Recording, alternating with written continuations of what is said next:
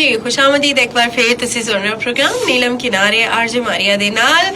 इस वेले असी फेसबुक ता मौजूद हाँ। फेसबुक दे नाजरीन असां दे नाल मौजूद हैं सुन FM 89.4 और असन दी फ्रीक्वेंसी ता भी असन दे नाल लोग मौजूद हैं। ठीक है जनाब। और प्रोग्राम में शामिल किस तरह दे नाल होया जा सकता है, मैसेजेस कर सकते हो, कॉल्स कर सकते हो और फेसबुक ता असन नाल शामिल हो सकते हो facebook.com/sunoyjk और 0582253237 तक कॉल्स कर सकते हो। और इसके अलावा जी 8881 तक मैसेजेस का सिलसिला जारी सारी रह सकता है। राइट मैसेज ऑप्शन में जो लो एजे टाइप करो, स्पेस दे के अपना नाम लिखो, इलाके का नाम लिखो और उसको सेंड करो 8881 यानी कि 8881 तक सेंड कर सकते हो। अच्छा जी अज का असां दा जिहड़ा टॉपिक है ना सोशल स्किल्स के सोशल कम्युनिकेशन स्किल्स यानी कि समाजी रवाबत का एक तुसी आख सकते हो कि स्किल्स किहड़ी हो सकती हैं कि किस तरह दे नाल तुसी एक समाजी रवाबत की कितनी अहमियत है कि उसके बिहाव तो तुसां दे बहुत सारे काम हो सकते हैं। तुसी एक अपनी रिस्पेक्ट बढ़ा सकते हो या एक कितना ज़रूरी है समाजी तौर पर अपने आप को एक्टिव रखना। ठीक है।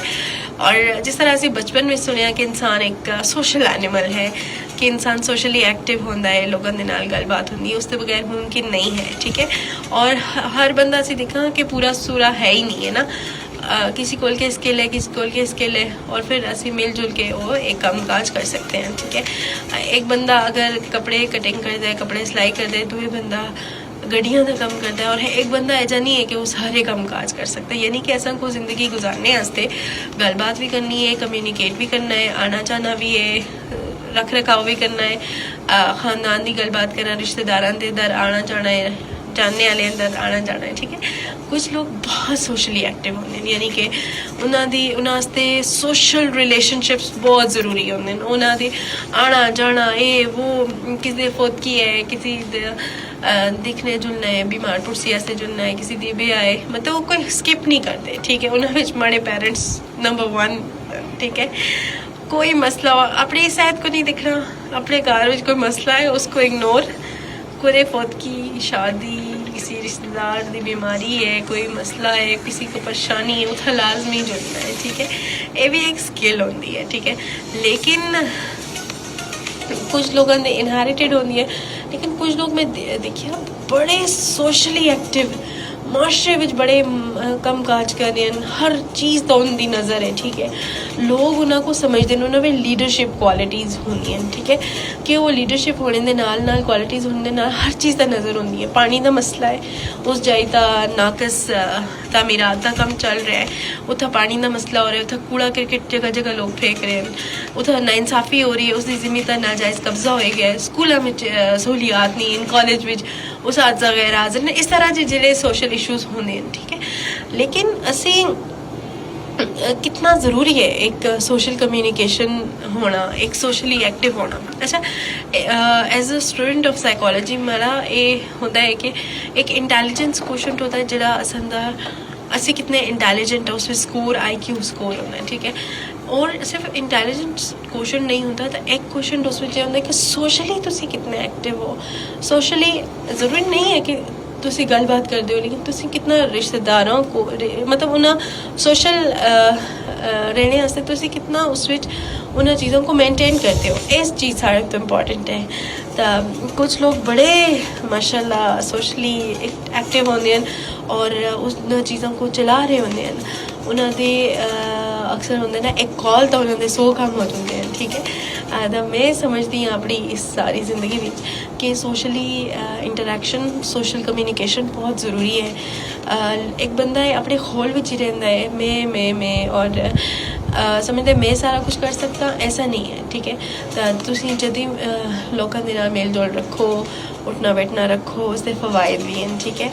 एक किस्म की वर्बल कम्युनिकेशन होती है कि असी गलबात कर रहे होंगे हैं, एक होंगी है नॉन वर्बल कम्युनिकेशन कि जी असन की फील हो रही होंगी है, दिखाई दे रही होंगी है। ठीक है। हुण तुसी देखो कि लोगों के नाल मेल जोल बहुत ज़रूरी है, कम्युनिकेशन करना ज़रूरी है, सोशली एक्टिव होना भी ज़रूरी है। ठीक है। ये तुसां दे सोशली एक्टिव होने के नाल एक बंदे ਦੀ ਇੱਕ ਅਲੱਗ ਹੀ ਪ੍ਰੈਸਟੀਜ ਬਣ ਮਿਲਦੀ ਹੈ ਨਾ, ਠੀਕ ਹੈ। ਔਰ ਉਸ ਵਿੱਚ ਕੀ ਚੀਜ਼ਾਂ ਸ਼ਾਮਿਲ ਹੁੰਦੀਆਂ ਨੇ, ਠੀਕ ਹੈ। ਉਸ ਵਿੱਚ ਸਾਰਿਆਂ ਤੋਂ ਪਹਿਲੇ ਅਗਰ ਦਿਖਾਣਾ ਕਿ ਵਰਬਲ ਹੈ ਕਿ ਤੁਸੀਂ ਆਪਣੀ ਗੱਲ ਕਲੀਅਰ ਕਰੋ, ਟੂ ਦ ਪੁਆਇੰਟ ਕਰੋ, ਸਮਝ ਦੇ ਮੁਤਾबिक ਹੋਣੀ ਚਾਹੀਦੀ ਹੈ ਕਿ ਅਗਲੇ ਬੰਦੇ को ਕਲੀਅਰ ਕੱਟ ਸਮਝ ਆਵੇ, ਠੀਕ ਹੈ। ਸੈਕੰਡਲੀ ਐਕਟਿਵ ਲਿਸਨਿੰਗ ਕਿ ਸੋਹਣੇ ਤਰੀਕੇ ਨਾਲ ਤੁਸੀਂ ਅਗਲੇ ਬੰਦੇ ਦੀ ਗੱਲਬਾਤ ਵੀ ਸੁਣੋ। ਸਿਰਫ ਬੋਲਣਾ ਫਨ ਨਹੀਂ ਹੈ, ਸੁਣਨਾ ਵੀ ਉਸ ਤੋਂ ਜ਼ਿਆਦਾ ਫਨ ਹੈ, ਠੀਕ ਹੈ। ਸੁਣਨੇ ਦੇ ਨਾਲ ਤੁਸੀਂ ਕਾਫੀ ਚੀਜ਼ਾਂ ਉਸ ਤੋਂ ਸਿੱਖ ਸੋ। ਬਹੁਤ ਸਾਰੇ ਸਵਾਲਾਂ ਦੇ ਜਵਾਬ ਵੀ ਤੁਸੀਂ ਕੋ ਉਹਨਾਂ ਦੇ ਸੁਣਨੇ ਮਿਲ ਸੀ। ਅਗਲੇ ਬੰਦੇ ਦੀ ਵੈਂਟੀਲੇਸ਼ਨ ਹੋ ਜੁਲ ਸੀ ਕਿ ਬਈ ਉਸ ਦੇ ਦਿਲਾਂ ਵਿੱਚ ਜਿਹੜੇ ਗੁਬਾਰ ਆ ਸਨ, ਜਿਹੜੀਆਂ ਗੱਲਾਂ ਡੱਕੀ ਦੀਆਂ ਸੀ, ਉਹ ਵੀ ਆਰਾਮ ਨਾਲ ਨਿਕਲ ਜੁਲ ਸਨ, ਠੀਕ ਹੈ। ਉਸ ਤੋਂ ਇਲਾਵਾ ਇੱਕ ਕਲਚਰਲ ਬੇਸਿਸ ਗੱਲ ਹੁੰਦੀ ਹੈ ਕਿ ਆਪਣੇ ਕਲਚਰ ਦੇ ਮੁਤਾबिक ਗੱਲਬਾਤ ਕਰੋ, ਠੀਕ ਹੈ। ਐਕਟਿਵ ਹੋ, ਸਹੀ ਪ੍ਰੀਸਾਈਜ਼ ਗੱਲ, ਸ਼ਾਰਟਕਟ, ਚੰਗੀ ਤਰੀਕੇ ਨਾਲ ਖੁੱਲ੍ਹ ਕਲੀਅਰ ਗੱਲ ਹੋਣੀ ਚਾਹੀਦੀ ਹੈ। ਉਸ ਤੋਂ ਇਲਾਵਾ ਨॉन ਵਰਬਲ ਕਮਿਊਨੀਕੇਸ਼ਨ ਵਿੱਚ ਤੁਸੀਂ ਦੇਖ ਸਕਦੇ ਹੋ ਕਿ ਤੁਸੀਂ ਦੀ ਬॉडी जेस्चर, ਤੁਸੀਂ ਦੇ जिस्मानी हरकत के उस गल को स्ट्रॉन्ग बना रही है कि नहीं बना रही। और तुसी गल कोई कर रहे हो, आई कॉन्टैक्ट कर रहे हो, तो उसका फायदा नहीं है।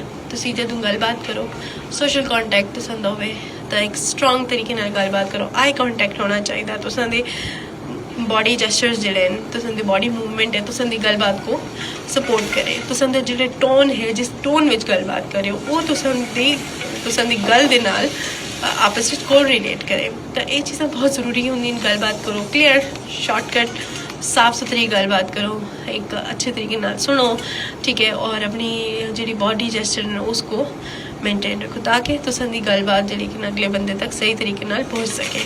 तो समाजी रवाबत बहुत ज़रूरी हैं। और अक्सर देखिए कि जिन्हों को गल करने का फन आता है ना, अपनी गुफ्तगू का फन, अपनी गल अगले बंदे को समझानी आती है ना, अपना नैरेटिव अगले बंदे को दसना आता है ना, वो यकीनन कामयाब होता है। एक बहुत बड़ा फ़न है गलबात करने का फ़न। सोशल कम्यूनिकेशन एक बहुत बड़ा फ़न है और इस फ़न के बिहाफ तक तुसी अपनी पूरी गलबात अगले बंदे तक पहुँचा सकते हो और अगला बंदा बड़े चंगे तरीके नाल क्लीयरली उस गल को सुन सकता है, समझ सकता है, उसको समझ आइडिया होता है कि बेसिकली अगला बंदा क्या गलबात कर रहा है, ठीक है। तो ये बहुत बड़ी चीज़ है और बहुत इम्पॉर्टेंट है, ठीक है। और हर रोज़ असां को इंटरैक्शन करना पैंदा है, ठीक है। हर रोज़ असां दे कनैक्ट करते हैं, नए लोगों के नाल गलबात होंदी, कम्यूनिकेट कर रहे होंदे हैं। तो ये चीज़ बहुत ज़्यादा इंपॉर्टेंट है। और सोशल इंटरैक्शन और इन्हां को समझना और एक जिहड़ी खासियत, एक काबलियत इंसान में होंदी है ना कम्यूनिकेशन स्किल्स की, मुस्कुरा के गलबात करना, अगले बंदे की गल सुनना, उसका जवाब देना, भावें उससे कितने हार्डशिप्स होन, कितने मसाइल चल रहे होन।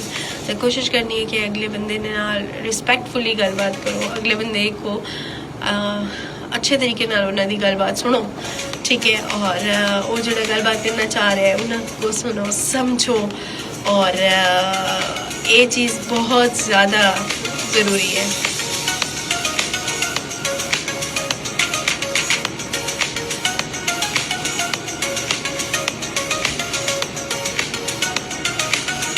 ऑथेंटिक होना बहुत ज़रूरी है। प्रैक्टिस करनी है कि अच्छे तरीके नाल गल तुसी किस तरह दे नाल कर सकते हो, ठीक है।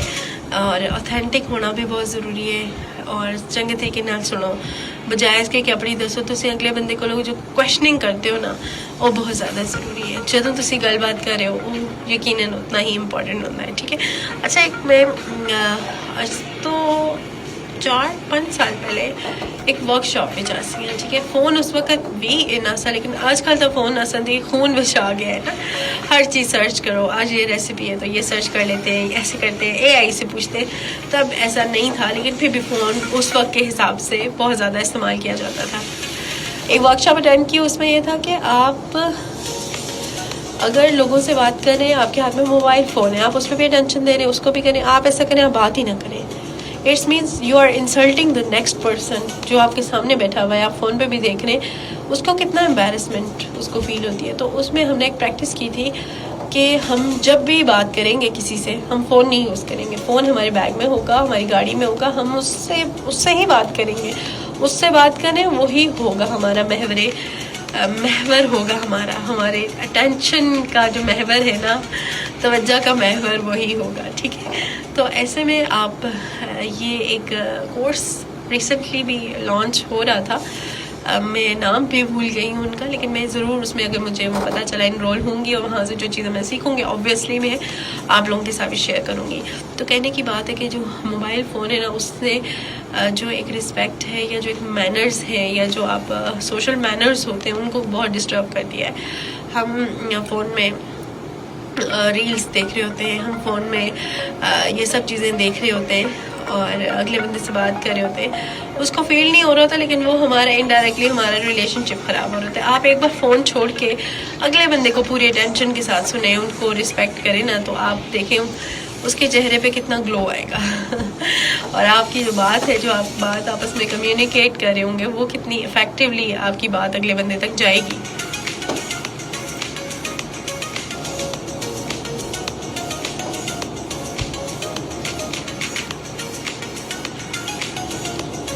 اور یہ جو اسکلز ہیں اچھے طریقے سے بات کرنے والی یا ایک اچھے طریقے سے اپنی بات کنوے کرنے والی، پراپر طریقے سے بات کو نیکسٹ پرسن تک پہنچانے کی، یہ پریکٹس سے بھی آتی ہیں. کچھ لوگ انہیریٹڈ ہوتے ہیں، لیکن آپ نے کوشش کرنی ہے کہ جو سوشل اسکلز ہیں ان کو انہینس کریں.